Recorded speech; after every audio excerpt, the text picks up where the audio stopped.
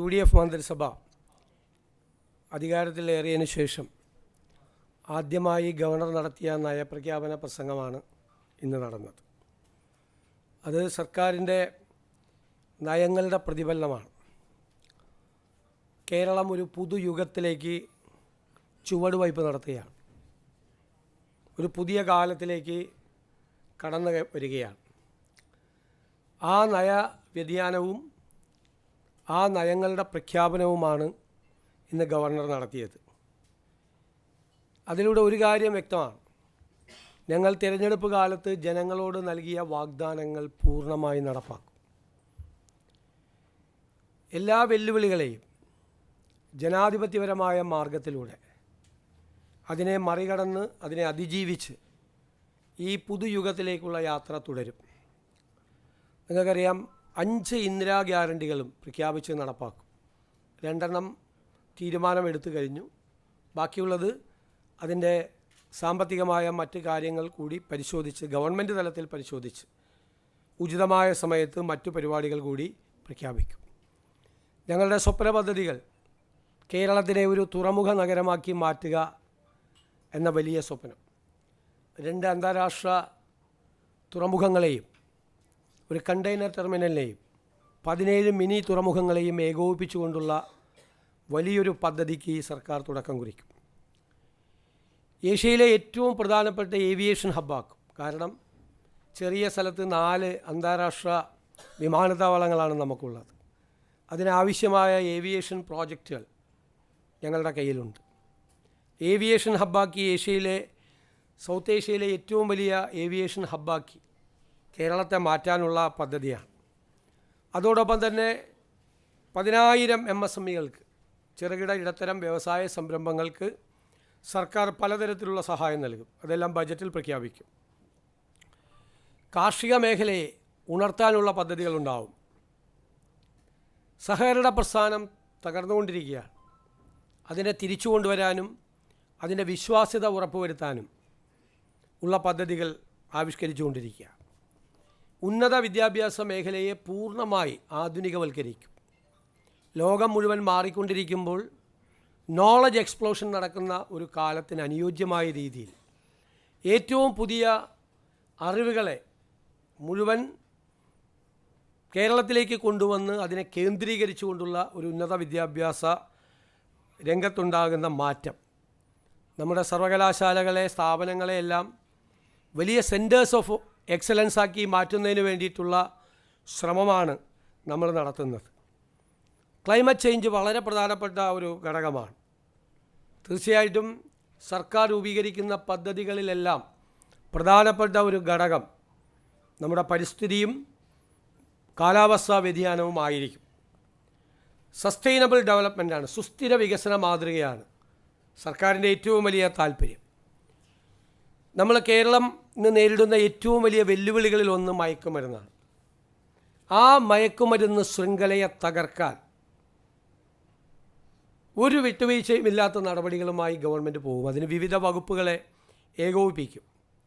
തീരപ്രദേശത്തെ ജനങ്ങളുടെ സങ്കടങ്ങൾ മാറ്റാനുള്ള നടപടികളുണ്ടാകും.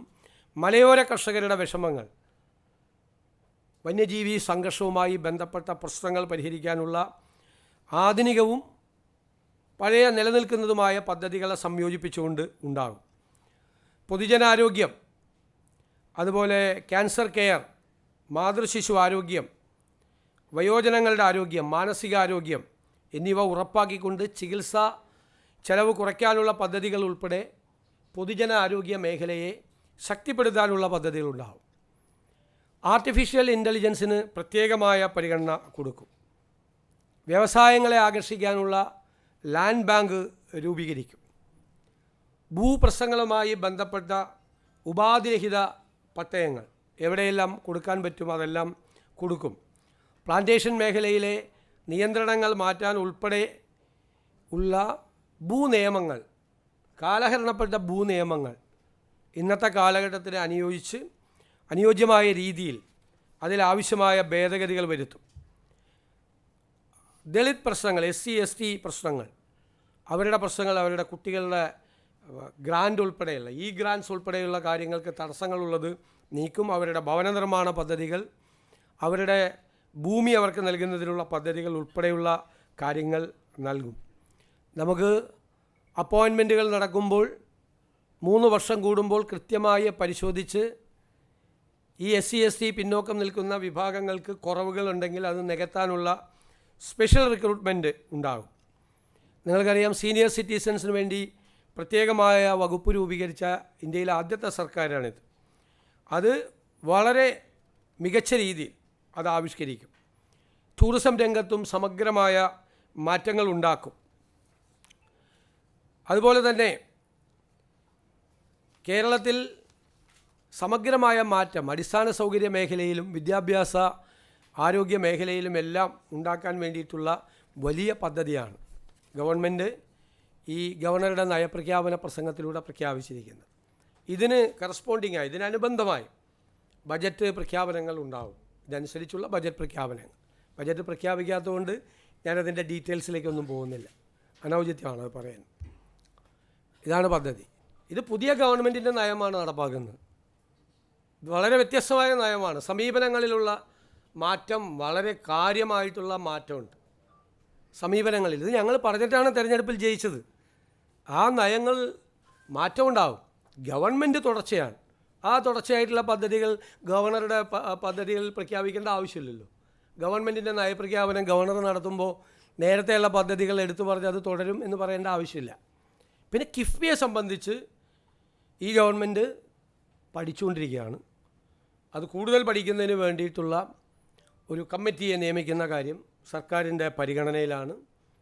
അതുകൊണ്ടാണ് ഇന്ന് ബോർഡ് യോഗം കൂടി പല അജണ്ടകളും മാറ്റിവെച്ചു. കാരണം തീരുമാനങ്ങൾ എടുക്കാൻ ഒരു നയപരമായ തീരുമാനം അക്കാര്യത്തിൽ എടുത്തതിന് ശേഷം ഇപ്പോഴത്തെ കിഫ്ബിയുടെ അവസ്ഥയും അവിടെ നടക്കുന്ന കാര്യങ്ങളും എല്ലാം കൃത്യമായി പരിശോധിച്ച് വേണ്ട രീതിയിൽ കിഫ്ബിയെക്കുറിച്ചുള്ളൊരു തീരുമാനം ഉണ്ടാവും. തീർച്ചയായിട്ടും അതെല്ലാം ഉണ്ടാവുമല്ലോ. ഇൻലാൻഡ് നാവിഗേഷൻ്റെ കാര്യത്തിലും നമ്മുടെ പോർട്ട് എന്ന് പറയുന്നത് നമ്മുടെ ഒരു വളരെ പ്രധാനപ്പെട്ട ഒരു കാര്യമാണ്. ഏറ്റവും പ്രയോറിറ്റി കൊടുക്കുന്ന ഡ്രീം പ്രോജക്റ്റാണ്.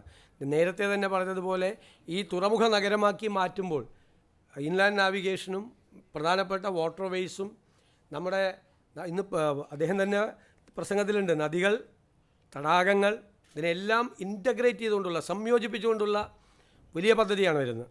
ബ്ലൂ എക്കോണമി വേറെയാണ്, വേറെ പലതരത്തിലുള്ള കാര്യങ്ങളാണ്. ഇതല്ല, ഇത് അതിൻ്റെ അനുബന്ധമായി ആയിരക്കണക്കിന് ലക്ഷക്കണക്കിന് തൊഴിൽ സാധ്യതകളുണ്ടാവും. കേരളത്തിൻ്റെ എക്സ്പോർട്ട് മെച്ചപ്പെടും. ഫിഷറി സെക്ടറിനെ രക്ഷിക്കാൻ പറ്റും. ഫിഷ് പ്രോസസ്സിംഗ് ഉൾപ്പെടെയുള്ള കാര്യങ്ങൾ, ലോജിസ്റ്റിക് പാർക്കുകൾ ഉണ്ടാവും. ടൂറിസം ഡെവലപ്പ് ചെയ്യും. 2ാം ഘട്ടവും 3ാം ഘട്ടവും ക്രൂയിസ് പാസഞ്ചേഴ്സാണ്. പാസഞ്ചേഴ്സ് യാത്ര ചെയ്യും. ഇപ്പോൾ യൂറോപ്പിൽ പോയിട്ടാണ് ആളുകൾ ഷിപ്പിലൊക്കെ യാത്ര ചെയ്യുന്നത്, വെസൽസിലൊക്കെ യാത്ര ചെയ്യുന്നത്. ഇവിടെ യാത്ര ചെയ്യാൻ പറ്റും. ഇൻറ്റേർണലായിട്ടും പറ്റും, പുറത്തേക്കുള്ളത് പറ്റും. ഞാൻ നേരത്തെ തന്നെ പ്രഖ്യാപിച്ചിട്ടുണ്ട് 5 കാര്യങ്ങൾ. നല്ല ഫിനാൻസ് മാനേജ്മെൻ്റ് ഉണ്ടാവും. ടാക്സ് അഡ്മിനിസ്ട്രേഷൻ പുനഃസംഘടിപ്പിക്കും. ഖജനാവിലെ ലീക്കേജ് തടയും. ഇക്കോണമിയെ ഉത്തേജിപ്പിക്കുന്നതിനുള്ള പദ്ധതികളുണ്ടാവും. ഇത് നമുക്കും ഒരു പൊളിറ്റിക്കൽ ഐഡിയോളജിയുടെ ഫ്രെയിമിൽ നിന്നുകൊണ്ടല്ലേ നമ്മൾ പ്രവർത്തിക്കുന്നത്. നമുക്ക് ആ കാര്യത്തിൽ കൃത്യമായ തീരുമാനങ്ങളുള്ള ഒരു പാർട്ടിയാണ് ഈ മുന്നണിക്ക് നേതൃത്വം കൊടുക്കുന്നത്, മുന്നണിയുമാണ്. അപ്പോൾ അതനുസരിച്ചുള്ള കാര്യങ്ങളെ നമുക്ക് ചെയ്യാൻ കഴിയുള്ളൂ.